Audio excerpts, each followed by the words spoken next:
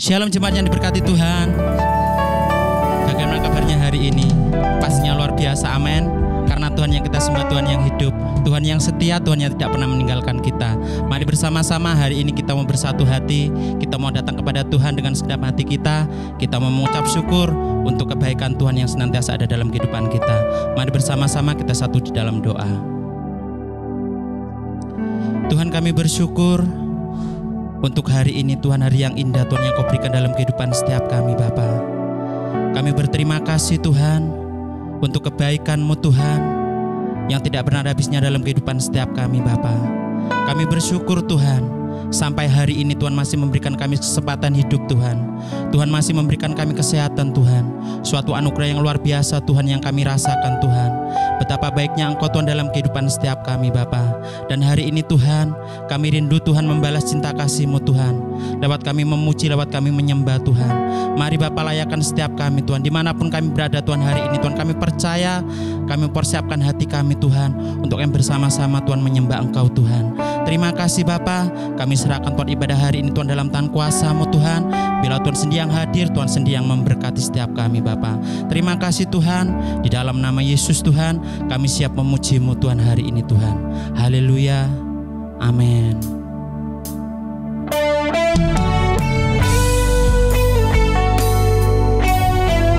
Terima kasih Tuhan. Kami bersyukur Engkau senantiasa baik dalam hidup kami Bapa. Engkau sungguh Allah yang setia Tuhan.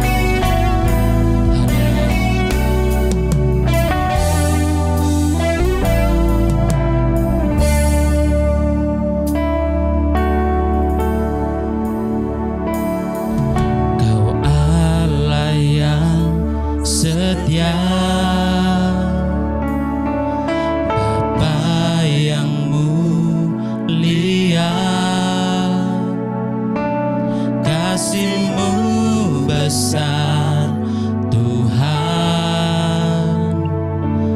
Kau pulihkan hidupku, Kaulah harapanku.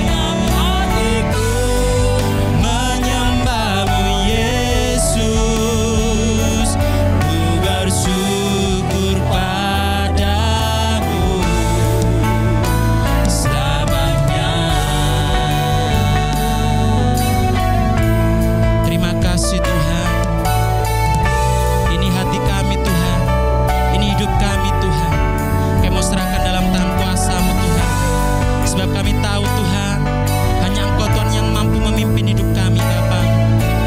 Haleluya. Terima kasih Tuhan. Selamanya, oh, selamanya, oh, selamanya,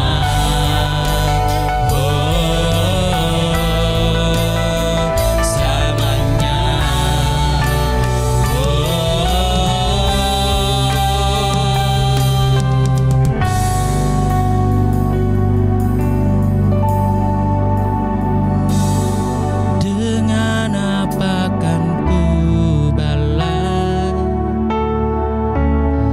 segala kebaikanmu? Segenap hatiku menyembahmu Yesus, ku bersyukur padamu. Dengan apa kan ku balas segala kebaikanmu? Segenap hatiku menyembahmu Yesus, ku bersyukur padamu. Dengan apa kan ku balas segala kebaikanmu? Segenap hatiku menyembahmu Yesus, ku bersyukur padamu. Segenap hatiku menyembahmu Yesus, ku bersyukur padamu. Segenap hatiku menyembahmu Yesus, ku bersyukur padamu. Selamanya.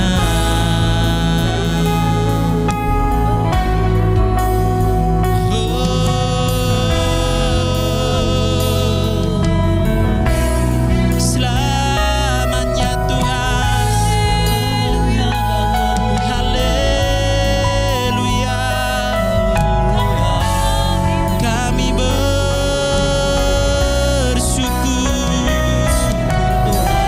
kami berterima kasih untuk kebaikan-Mu, untuk kasih setia-Mu. Haleluya.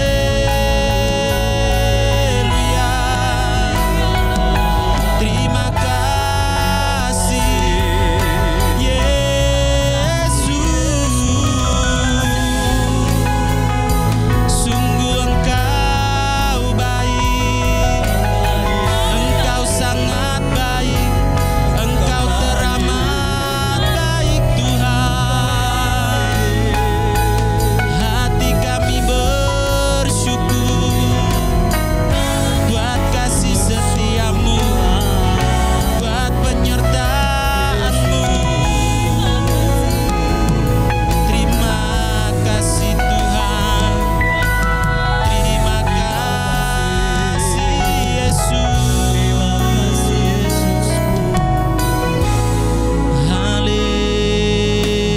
Haleluya. Terima kasih Yesus.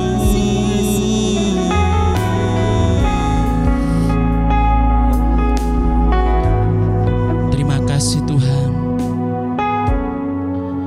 untuk kasih setia-Mu Tuhan, untuk penyertaan-Mu Tuhan yang sempurna dalam hidup kami Bapa. Kami bersyukur dan kami sadar Tuhan, kami boleh ada sampai hari ini, kami boleh hidup Tuhan. Itu semua karena kemurahan-Mu Tuhan, itu semua karena kebaikan-Mu Tuhan yang senantiasa ada dalam kehidupan setiap kami Bapa.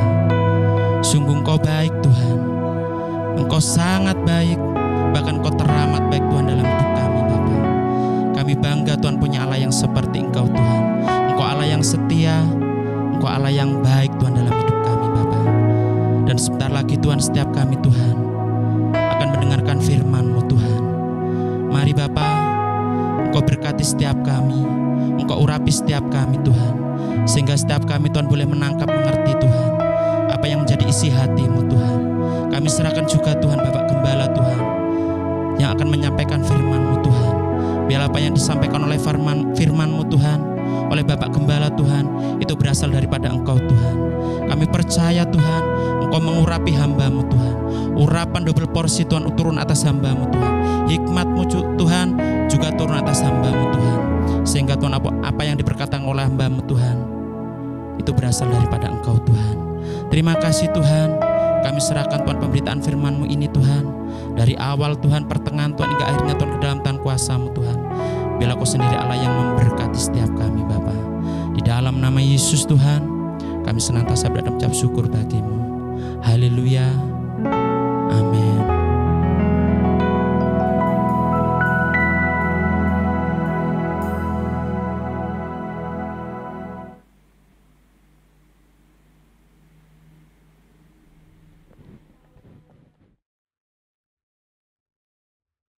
Salam sejahtera buat kalian semua para hadirin jemaat Allah yang saya kasih, dimanapun saudara berada yang ikut di ibadah YouTube hari ini. Di tempat ini saya mengucapkan shalom.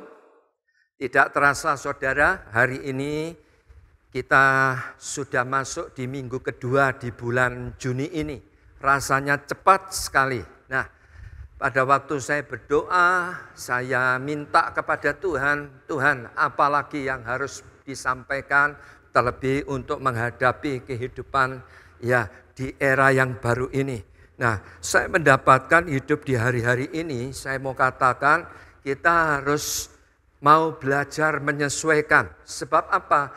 Waktu PSBB saya percaya akan berakhir. Seperti Alkitab katakan, ya untuk segala sesuatu ada waktunya. Itu sebabnya ya kalau memang itu waktunya Tuhan, ya sudah kita tidak bisa buat apa-apa, kan begitu ya. Jadi yang artinya apa? Bagian saudara dan saya nikmati saja, itu yang perlu saya sampaikan ya.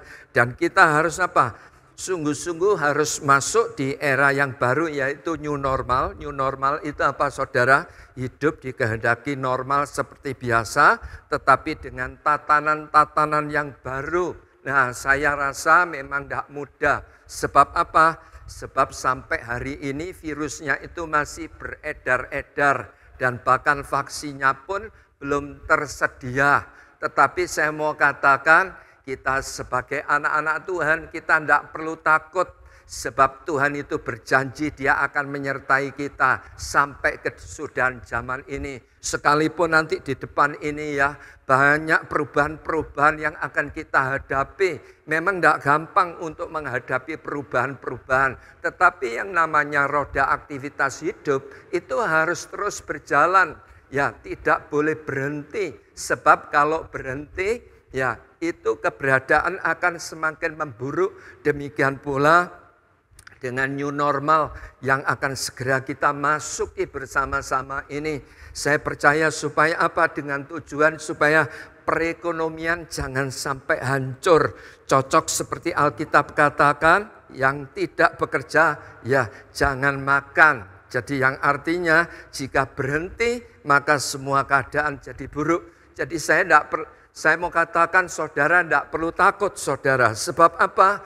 Saya pada waktu berdoa mendapatkan firman ini dari Tuhan. Tuhan itu ingatkan pada waktu kita itu bersama-sama masuk di tahun 2020. Kalau saudara ingat ya tema kita di tahun 2020 ini apa saudara? Kalau saudara ingat tahun apa? Tahun penyertaan Tuhan. Semua katakan tahun penyertaan Tuhan. Iya saudara, pada waktu masuk tahun 2020 saya berdoa memang minta kepada Tuhan. Dan Tuhan beri di dalam hati pikiran saya ini tahun 2020 nak adalah tahun penyertaan Tuhan. ya bagi GBI Baitania. Itu saya tangkap sungguh-sungguh saudara, yang dicatat di dalam Kejadian 39 ayat 2. Itu perkataan ya, di mana Tuhan itu menyertai Yusuf saat itu. Dikatakan di dalam Alkitab Tuhan menyertai Yusuf sehingga Yusuf itu menjadi orang yang selalu berhasil. Amin. Dan hari ini saya juga mau katakan, masuk di new normal ini, ya tidak perlu takut. Sebab apa? Tuhan pasti menyertai kita. Semua katakan amin. Nah, apalagi saudara, ya ada sebuah prinsip yang bagus yang hari ini yang akan kita pelajari bersama-sama. Dan prinsip ini diajarkan oleh Tuhan Yesus sendiri pada waktu Tuhan Yesus bersama-sama dengan murid-muridnya. Sebelum Tuhan Yesus menolong orang-orang yang mengalami kesulitan, kesukaran. Dan prinsip ini dikatakan kepada murid-murid. Dan saya rasa prinsip ini saudara yang diajarkan oleh Yesus, kalau kita terapkan di masa-masa sekarang ini tadi, saya sangat percaya ini sangat cocok sekali. Ya, Yesus katakan gini di dalam Alkitab, begitu pula anggur yang baru tidak diisikan ke dalam kantong kulit yang tua. Karena jika demikian, kantong itu akan koyak sehingga anggur itu terbuang dan kantong itu akan hancur. Tetapi anggur yang baru dikatakan disimpan orang dalam kantong yang baru pula.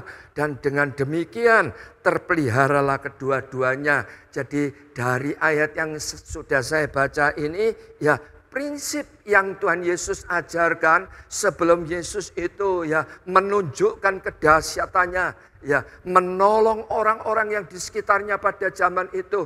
Prinsip itu apa? Kalau kita mau ditolong oleh Tuhan, kita harus mempunyai wadah atau kantong yang baru. Baru kita bisa menerima yang baru. Amin.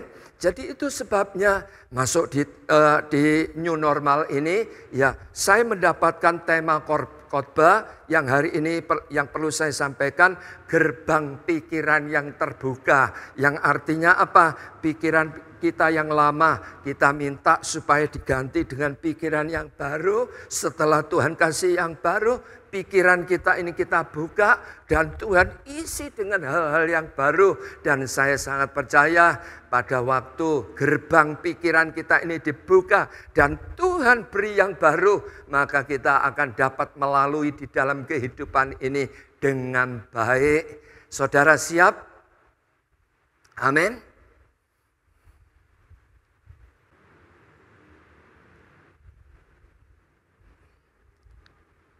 Bagian yang pertama, Matius 9 ayat 18 sampai dengan 22.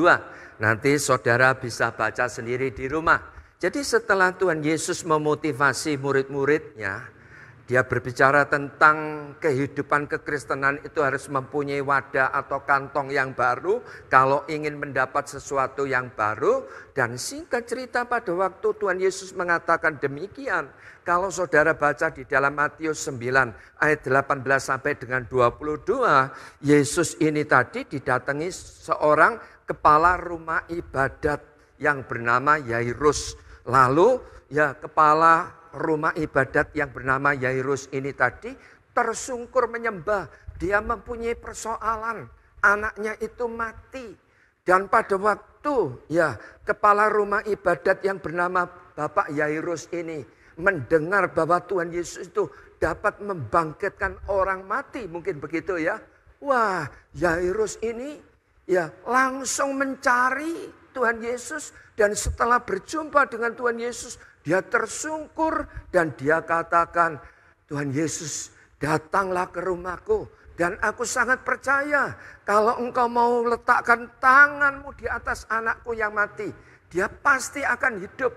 Dan pada waktu ya Tuhan Yesus setelah mengajar ini tadi prinsip-prinsipnya ini tadi, dia tergerak untuk menolong, diajak murid-murid, mereka berjalan saudara mengikuti Yairus pergi kepada rumah Yairus ini tadi, menuju kepada rumah Yairus. Nah, pada waktu di dalam perjalanan ternyata ya Alkitab mencatat ada seorang perempuan pendarahan 12 tahun. Saudara bisa bayangkan ya, Wanita ini saya sangat percaya dia sudah berjuang cari tabib dan lain sebagainya.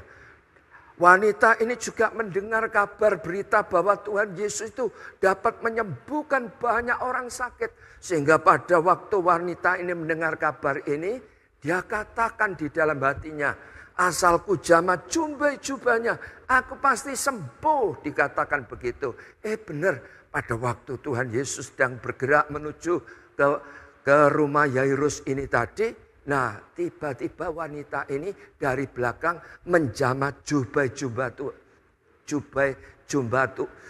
Tuhan Yesus ini tadi. Sehingga apa saudara? Sehingga Tuhan Yesus merasa ada kuasa yang keluar. Dan singkat cerita, wanita ini mengalami mujizat. Dan setelah dia mengalami mujizat, oleh karena imannya ini tadi yang bertumbuh, dan Tuhan Yesus berlanjut kemana? Ke rumah Yairus. Dan di rumah Yairus pun juga begitu. Orang pada menangis saudara. Ya, setelah Tuhan Yesus datang, Tuhan Yesus juga berkata kepada orang-orang ini, anak ini tidak mati, tetapi anak ini tidur. Wah, pada waktu Tuhan Yesus berkata anak ini tidur, mereka mengetawakan Tuhan Yesus. Tetapi Tuhan Yesus segera mengusir orang-orang yang menertawakan ini tadi. Dan kemudian apa yang dibuat oleh Tuhan Yesus? Ya, Tuhan Yesus menumpangkan tangan kepada anak ini. Dan anak ini sembuh. Hebat, luar biasa. Jadi dari kisah ini saya mendapatkan saudara, Yesus yang kita sembah itu memang Yesus yang luar biasa. Ya, jadi dari ayat-ayat tersebut memberi pengertian gini saudara. Pada waktu saya merenungkan ini saya mendapatkan bagian yang pertama yang saya bagikan yaitu apa? Ternyata gerbang pikiran yang terbuka itu membuat iman bertumbuh.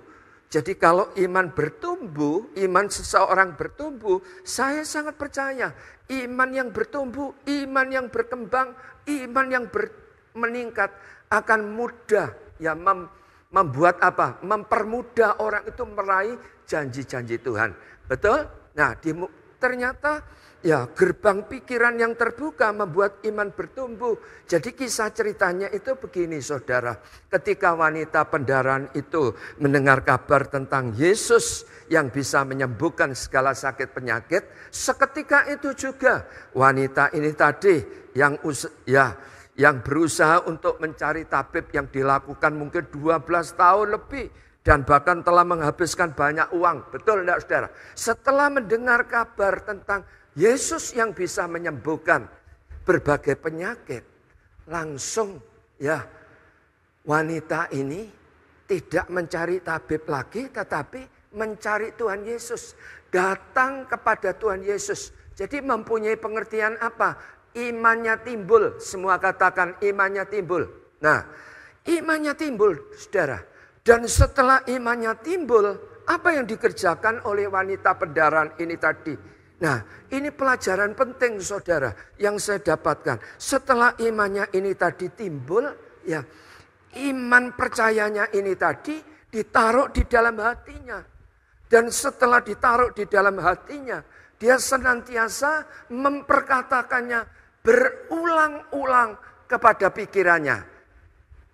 Ya, berkata apa saudara? Memperkatakan apa? Yang dikatakan apa oleh perempuan ini tadi saudara?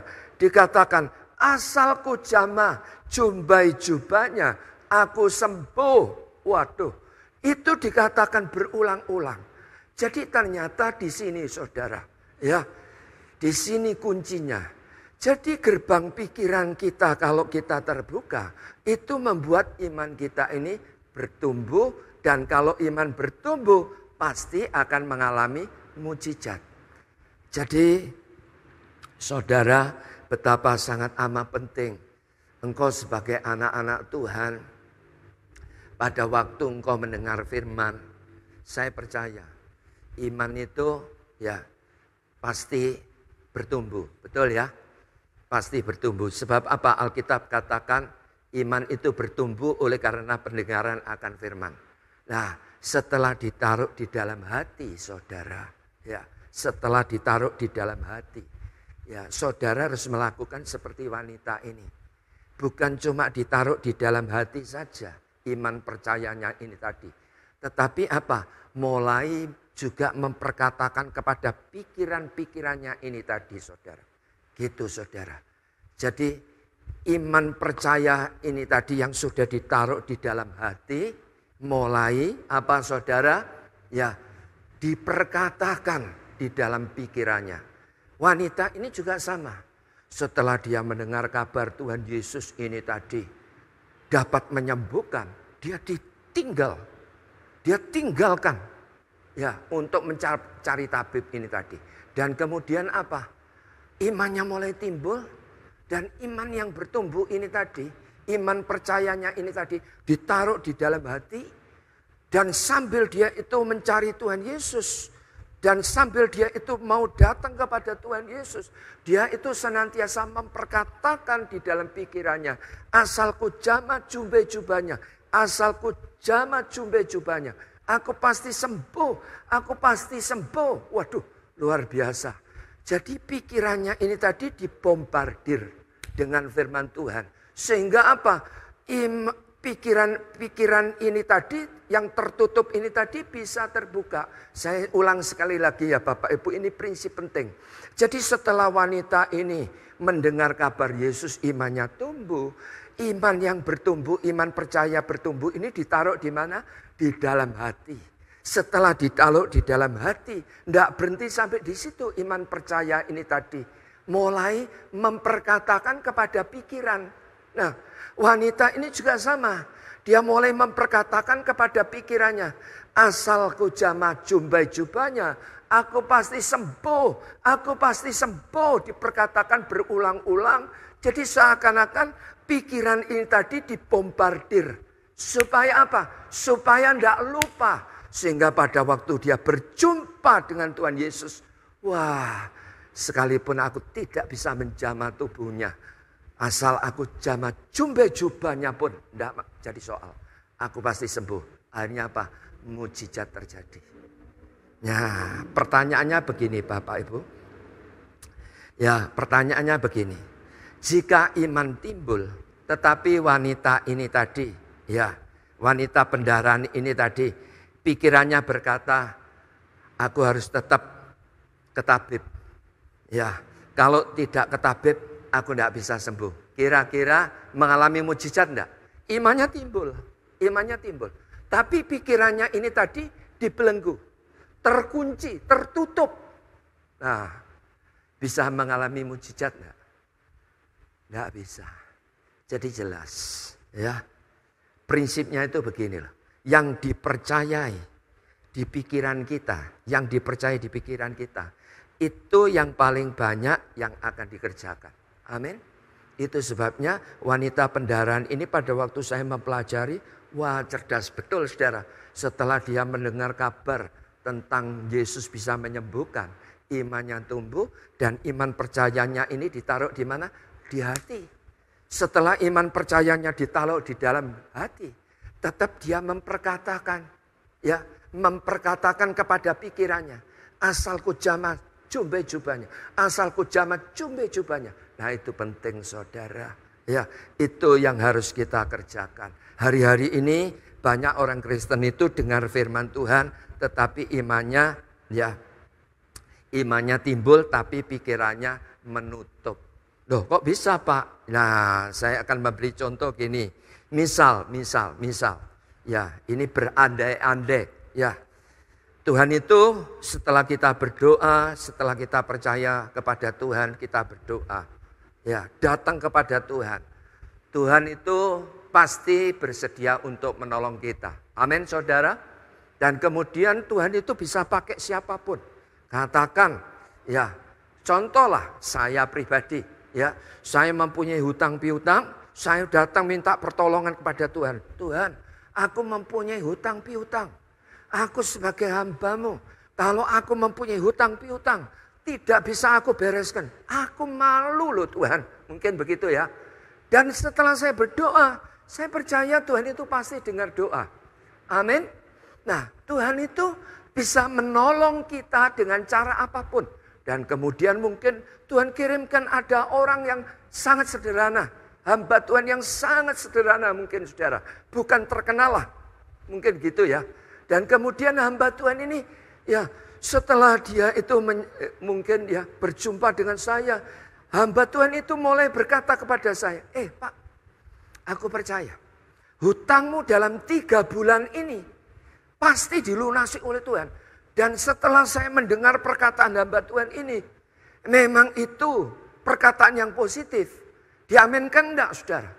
Saya percaya pasti diaminkan. Amin. Betul enggak? Nah, setelah diaminkan. Sampai di rumah. Dalam waktu berapa tadi hutangnya diselesaikan? 3 bulan. Sampai di rumah. Kemudian yang namanya iblis itu enggak seneng. Kalau kita berhasil. Betul enggak? Dia mulai mengintimidasi. Memanah pikiran kita. Iblis bilang gini. Enggak mungkin. Utangmu 3 bulan selesai itu enggak mungkin. Wong hari ini aja kamu bayar bunganya enggak bisa kok. Wong hari ini kamu enggak bekerja kok. Nah, akhirnya apa? Yang disetujui yang mana? Iblis ini tadi saudara. Sehingga apa? Disitulah kita itu tidak mengalami mujizat. Nah itu loh saudara. Bahaya. Tak kasih tahu ya Bapak Ibu. Ini kisah beneran. Ada sebuah rumah tangga dipercayakan anak. Dan anaknya itu anak satu-satunya. Anak gadis. Dan anak gadis ini mulai bertumbuh dengan manis gitu bertumbuh ya menjadi remaja baik gitu ya. Dia ada kebutuhan dia mencari orang tua. Dan dia datang kepada orang tua perempuannya. "Mah, aku minta uang." Dan mamanya itu kalau dipintai duit itu senantiasa bilang gini. "Mama itu enggak punya uang. Mama itu enggak pernah pegang uang. Yang pegang uang itu papamu. Ya sudah kamu minta ke papamu." Akhirnya apa? Anak ini ngikut minta ke papanya. Besok juga begitu lagi saudara. Pada waktu anak ini diperhadapkan dengan keperluan-kebutuhan. Senantiasa datang kepada mama dan mamanya ini bilang apa saudara? "Mama enggak punya duit. Mama enggak pernah pegang duit. Yang pegang itu papamu. Kamu minta papamu saja." Akhirnya apa saudara? Wah, perkataan mamanya ini terpatri di dalam pikirannya saudara.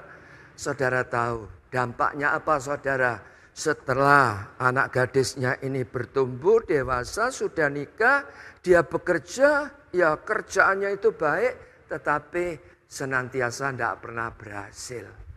Nah, sebab apa? Kegagalan ini dari mana?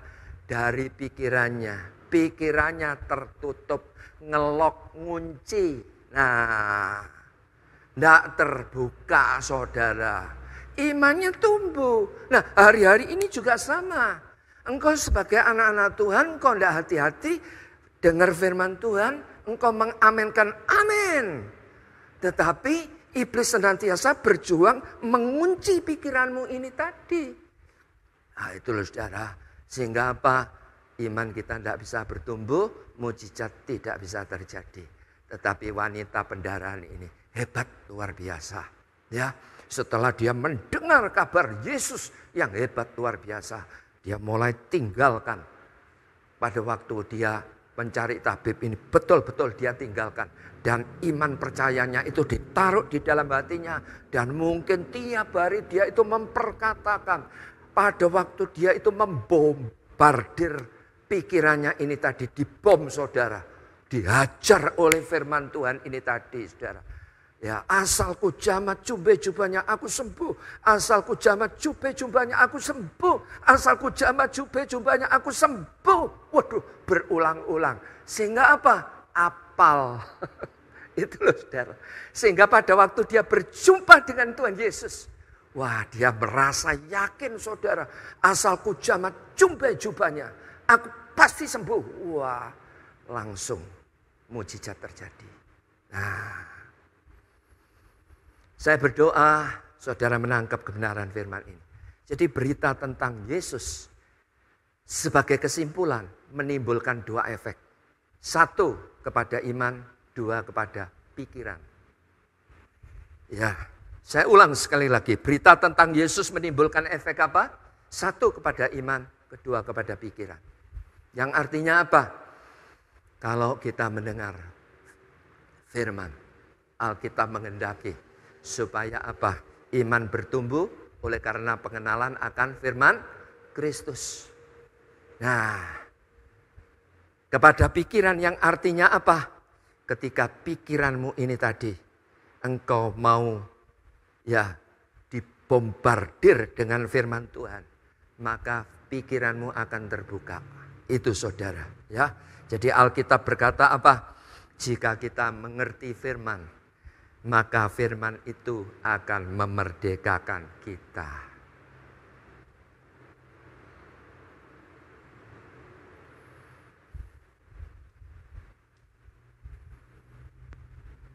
Ya, jadi yang pertama tadi apa, saudara?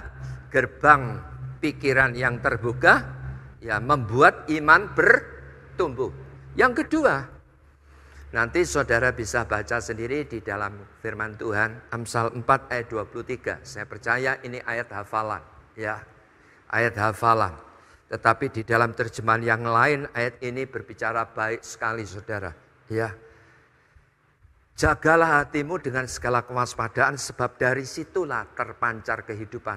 Jadi ternyata Amsal 4 ayat 23 ini di dalam terjemahan versi yang lain, versi muda dibaca, dikatakan ayat ini di atas segala-galanya. Hati-hatilah terhadap apa yang kau pikirkan, sebab pikiranmu mengendalikan hidupmu. Saya ulang sekali lagi, di atas segala-galanya hati-hatilah terhadap yang kau pikirkan, karena pikiranmu mengendalikan hidupmu. Yang artinya dari ayat ini apa, saudara? Yang artinya dari ayat ini memberikan pengertian begini, saudara. Ya, kita itu dikehendaki oleh ayat ini supaya kita itu selektif dengan apa yang kita pikirkan. Demikian pula untuk menghadapi new normal ini tadi, kehidupan yang normal tetapi dengan tatanan yang baru, sudah barang tentu banyak perubahan. Nah, itu harus dikuasai dari mana dulu? Dari pikiran. Dari pikiran ini tadi, saudara. Itu penting sekali. Jadi kita harus selektif, ya, dengan apa yang kita pikirkan. Ya, jadi kalau Alkitab tadi dikatakan di atas segala-galanya hati-hatilah terhadap apa yang kau pikirkan, sebab pikiranmu mengendalikan hidupmu. Jadi ayat ini dapat diterjemahkan gini loh, saudara. Jadi diibaratkan orang makan, ya. Jika makanannya itu basi, tidak mungkinlah akan ditelan langsung. Betul enggak? Tidak mungkin. Nah, sama. Hari-hari ini Tuhan juga ingatkan, kalau engkau ingin berhasil masuk di new normal ini tadi, ya kita harus selektif dengan pikiran kita. Jadi kalau itu tidak baik, ya jangan dipikir. Artinya gitu loh, saudara. Amin, saudara. Jadi mengapa sampai Alkitab itu katakan pikiranmu mengendalikan hidupmu. Semua katakan pikiranmu mengendalikan hidupmu. Nah, mengapa, saudara? Sebab saya dapatkan itu ginilah. Pikiran kita ini tadi media yang terbaik, ya, yang bisa menumbuhkan benih apa saja. Jadi dapat digambarkan pikiran itu sama seperti tanah. Tanah yang subur. Semua katakan pikiran saya, katakan lagi pikiran saya. Nah, sama seperti apa? Tanah yang subur. Jadi media yang paling baik, di mana ada orang taruh benih apapun, dia pasti akan menumbuhkan. Menangkap sampai di sini, saudara? Nah, itu ya. Jadi yang kita taruh di dalam pikiran, itu yang akan tumbuh. Jadi seperti di depan tadi saya katakan, bahwa pikiran itu seperti tanah yang subur. Jadi yang artinya kalau ada orang bawa benih padi, ditaruh di tanah tidak milih. Itu benih padi ditumbuhkan jadi apa? Pohon padi. Kalau ada orang bawa benih salak atau nangka, itu benih salak, benih nangka ditumbuhkan jadi apa? Pohon salak dan pohon nangka. Betul enggak, saudara? Enggak pernah milih. Nah, Itu saudara, yang artinya semakin saudara itu memikirkan yang buruk-buruk, nah semakin kuat yang buruk itu akan bertumbuh. Nah, bahaya sekali ya. Jadi jika pikiran kita beralih kepada yang baik, saya mau katakan saudara, sekalipun kondisi keadaan tidak baik, tetapi pikiran saudara mulai alihkan, saudara mulai pikir yang baik-baik. Wah, saya percaya yang namanya beban pencobaan yang tadinya menekan dengan kekuatan yang dahsyat gitu, tiba-tiba kekuatannya itu hilang. Amin. Di situ kuncinya saudara. Jadi pikiran terutama jangan dibiasakan untuk menentang firman. Sebab apa? Firman ya tetap firman. Jangan sampai. Jadi kalau pikiran itu kita terbiasa menentang firman Tuhan, dampaknya apa? Imannya pasti mati, tidak mungkin bertumbuh. Saudara kembali lihat bagaimana kepala rumah ibadat yang bernama Yairus setelah dengar kabar berita tentang Yesus yang hebat. Bagaimana dengan wanita pendarahan 12 tahun setelah dia dengar apa yang dia kerjakan. Beda saudara. Ya, jadi itu ya, bahkan Alkitab katakan di dalam Amsal 23 ayat 7 bagian A, di dalam terjemahan bahasa yang lain saya membaca, saudara perhatikan. Amsal 23 ayat 7 bagian A. Di dalam terjemahan versi yang lain dikatakan gini saudara. Sebagaimana yang dia pikir di dalam hatinya, maka demikianlah yang terjadi. Wah, luar biasa. Jadi itu sebabnya ya, pikiran itu mengendalikan hidup. Jadi media yang sangat baik di mana ada orang taluk benih pasti bertumbuh.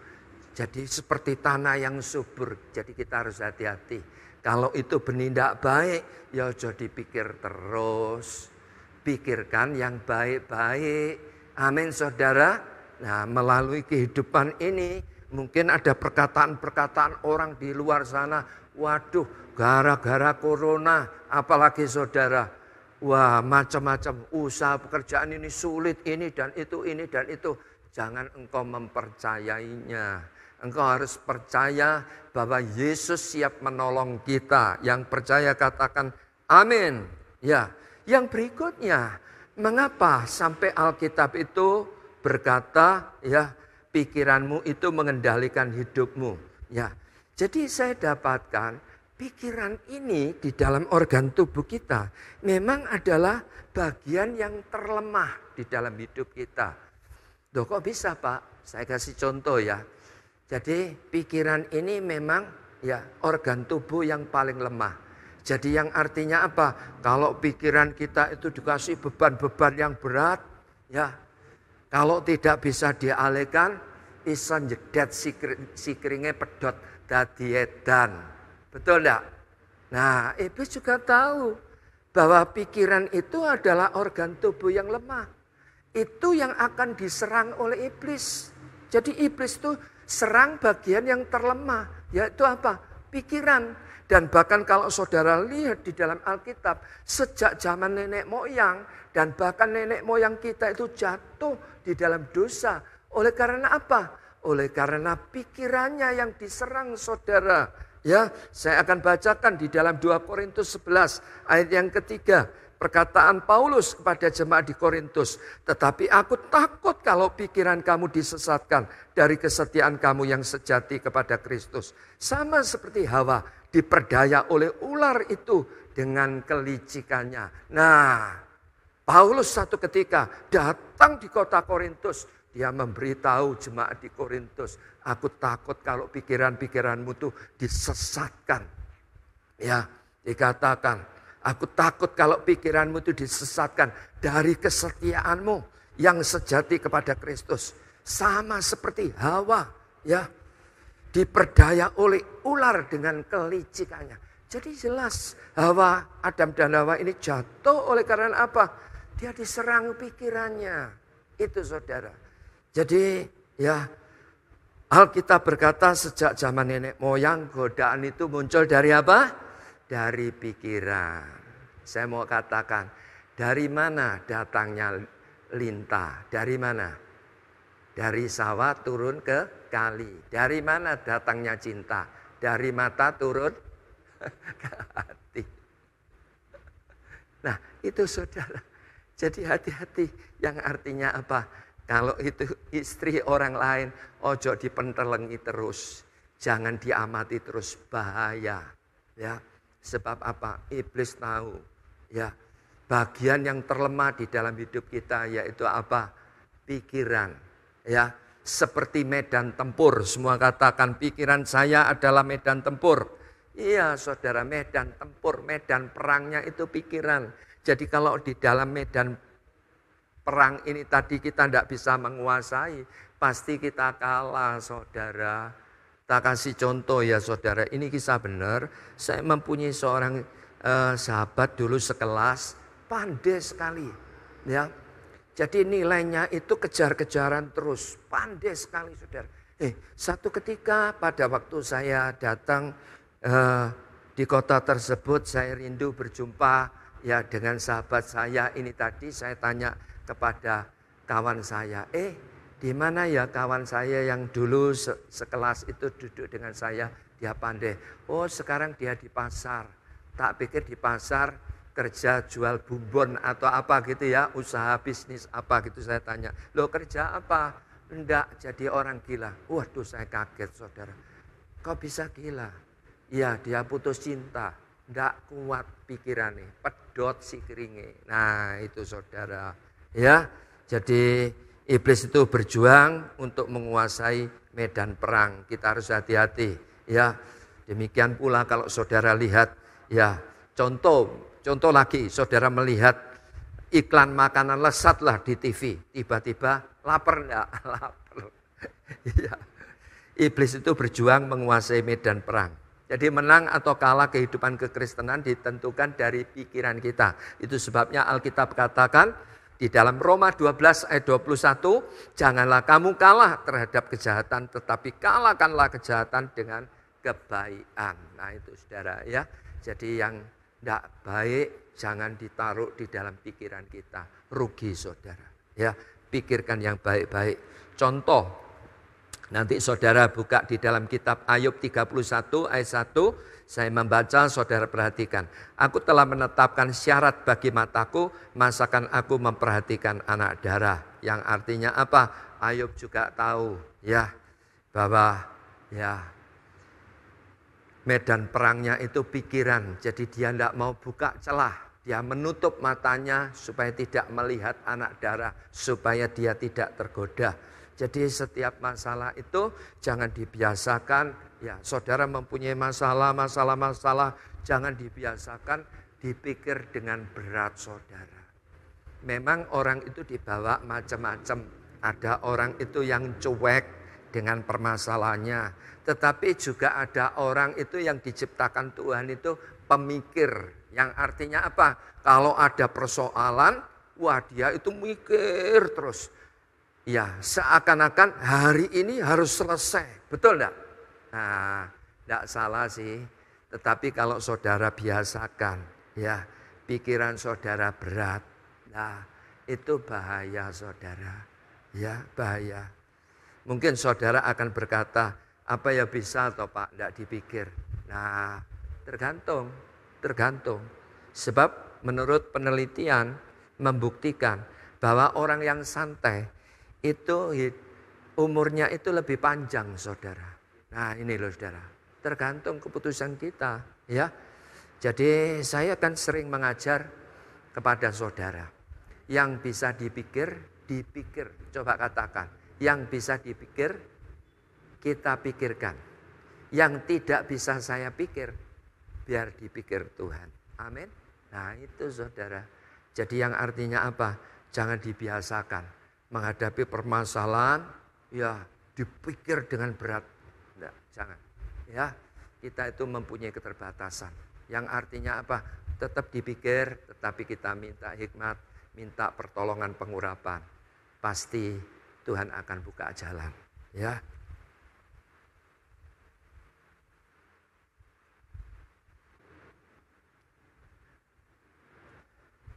Lukas 24 ayat 45. Saudara buka ayat ini, saya membaca. Lukas 24 ayat 45.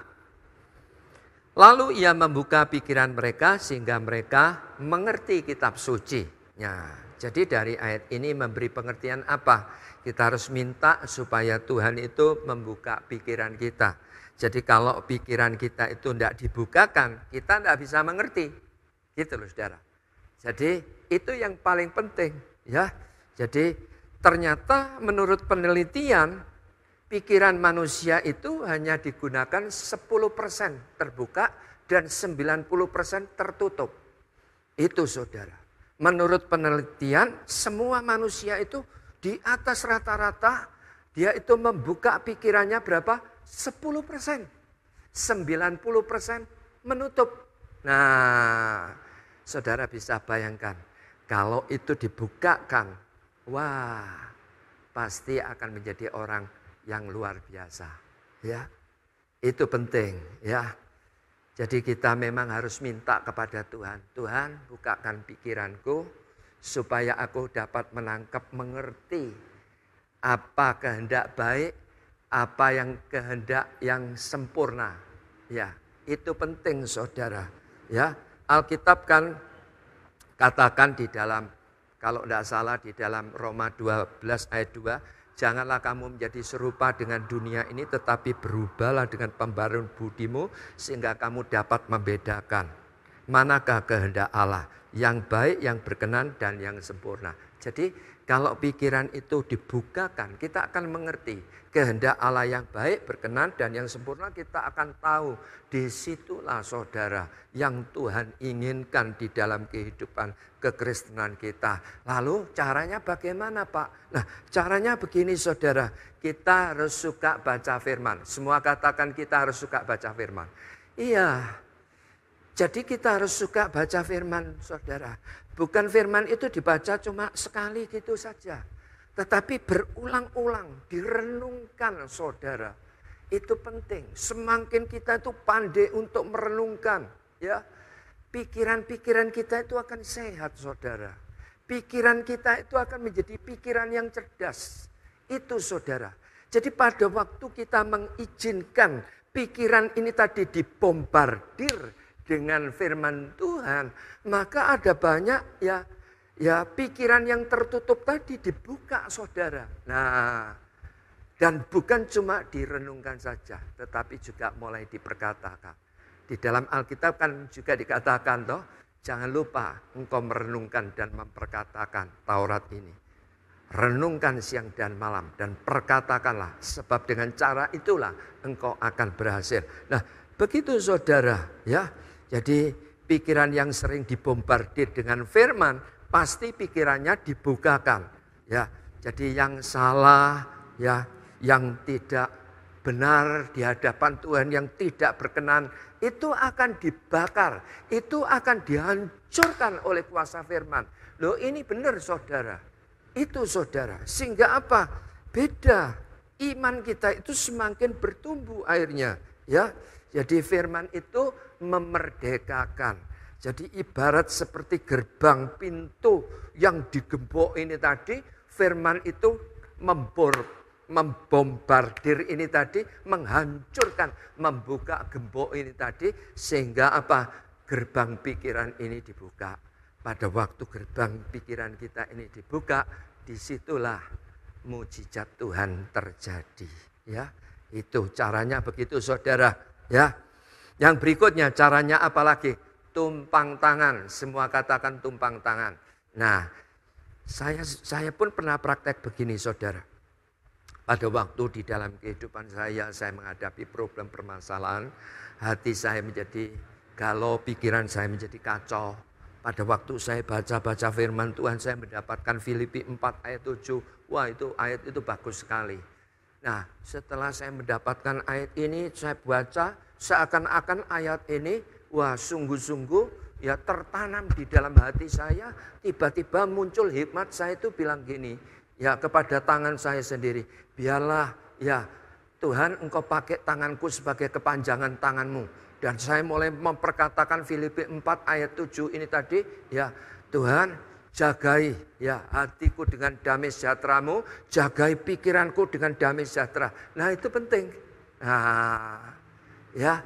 Jadi supaya pikiran kita ini tadi dibuka, ya, kita harus tumpang tangan supaya apa? Tuhan menjagai hati kita dengan damai sejahtera. Itu saudara, ya. Jadi kalau tidak bahaya, ya. Menghadapi persoalan terkadang muncul tidak ada damai sejahtera. Pada waktu pikiran kita ini tadi saudara sedang kacau. Hati kita sedang galau. Waduh, bahaya sekali saudara. Sangat berbahaya sekali. Itu sebabnya tumpang tangan kepada hati pikiran dan mulai katakan, Tuhan biarlah damai sejahtera-Mu yang melampaui segala akal pikiranku. Yang akan menjagai hati pikiranku. Nah, pada waktu kita itu dijagai saudara, sekalipun saya mau katakan persoalan kita belum ditolong. Sekalipun hari ini mungkin kita itu ada di padang gurun, di lembah kekelaman. Tapi hati kita tetap damai sejahtera. Itu kunci modal kita itu akan mengalami kuasa mujizat Tuhan terjadi di dalam hidup kita. Amin. Ya apalagi perkataan yang positif kepada pikir.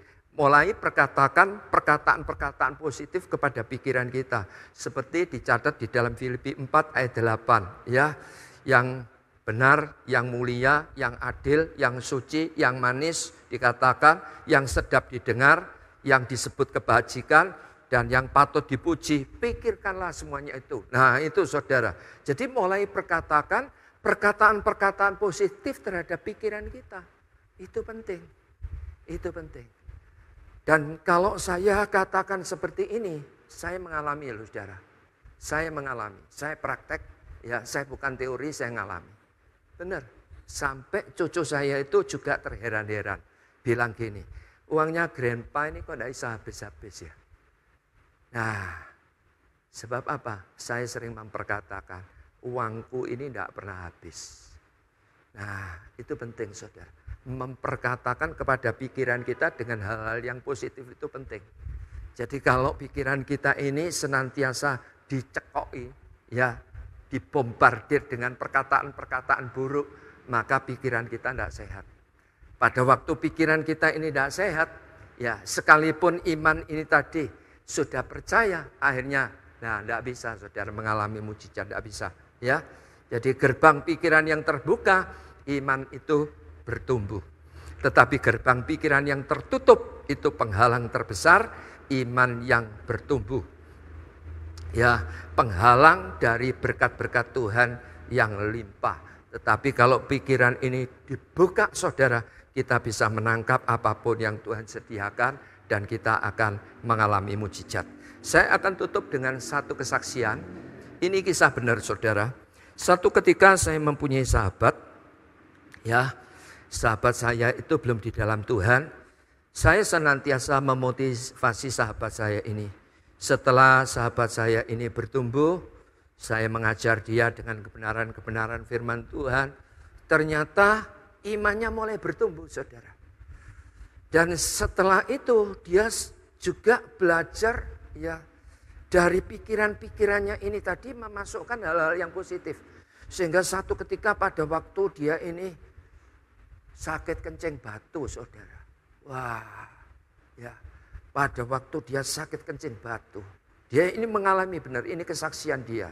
Ya, dia itu mengalami mujizat, tak tanyai, gimana kamu kok bisa mengalami mujizat? Iya, saya itu praktek firman Tuhan. Ya, saya praktek firman Tuhan. Saya senantiasa katakan, aku tidak mau operasi. Aku tidak mau operasi. Tuhanku pasti bisa menyembuhkan aku. Tuhanku pasti bisa menyembuhkan aku. Pada waktu dia bersaksi seperti itu, saudara, ya tak tanyai begini. Loh, kamu apa tidak kesakitan? Waduh, kesakitan sekali. Kesakitan sekali. Tetapi aku katakan itu sungguh-sungguh sampai keringatku itu keluar sak jagung-jagung. Sambil aku loncat-loncat, Tuhan aku tidak mau operasi. Engkau mampu menolong aku. Engkau mampu menolong aku.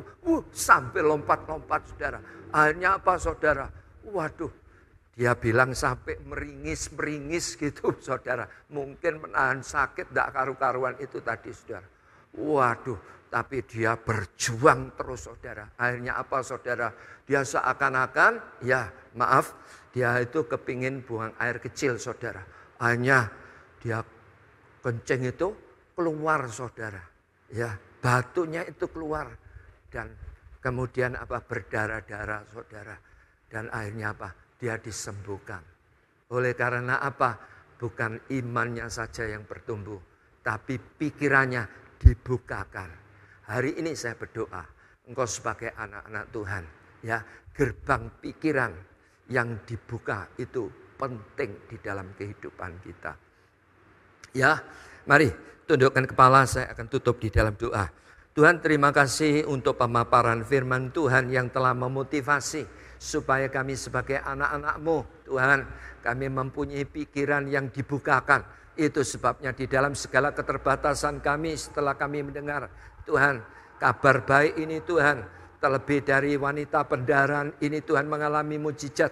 Tuhan, setelah mendengar Engkau imannya bertumbuh, dan setelah imannya bertumbuh Tuhan, dia memperkatakan dengan iman Tuhan kepada pikiran-pikirannya, sehingga pikirannya terbuka, dan pada waktu pikirannya sungguh-sungguh terbuka akan kebenaran firman-Mu, dia memperkatakan, dia mengalami mujizat. Demikian pula kami Tuhan, kami percaya biarlah kebenaran firman Tuhan mengurapi kami semuanya, sehingga kami boleh melakukan bagian kami mengalami mujizat besar di dalam kehidupan ini.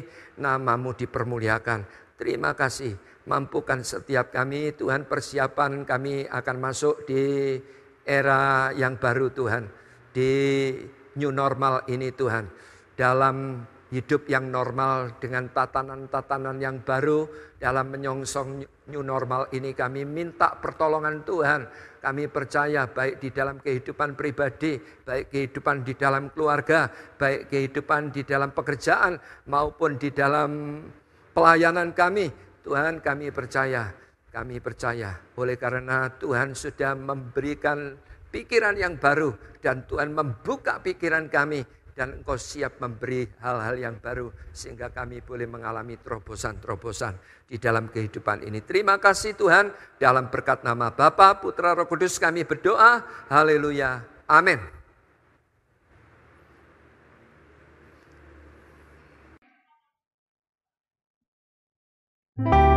Bagi Dia segala pujian, hormat serta syukur kekal selamanya. Bagi Dia segala pujian, hormat serta syukur selama-lamanya.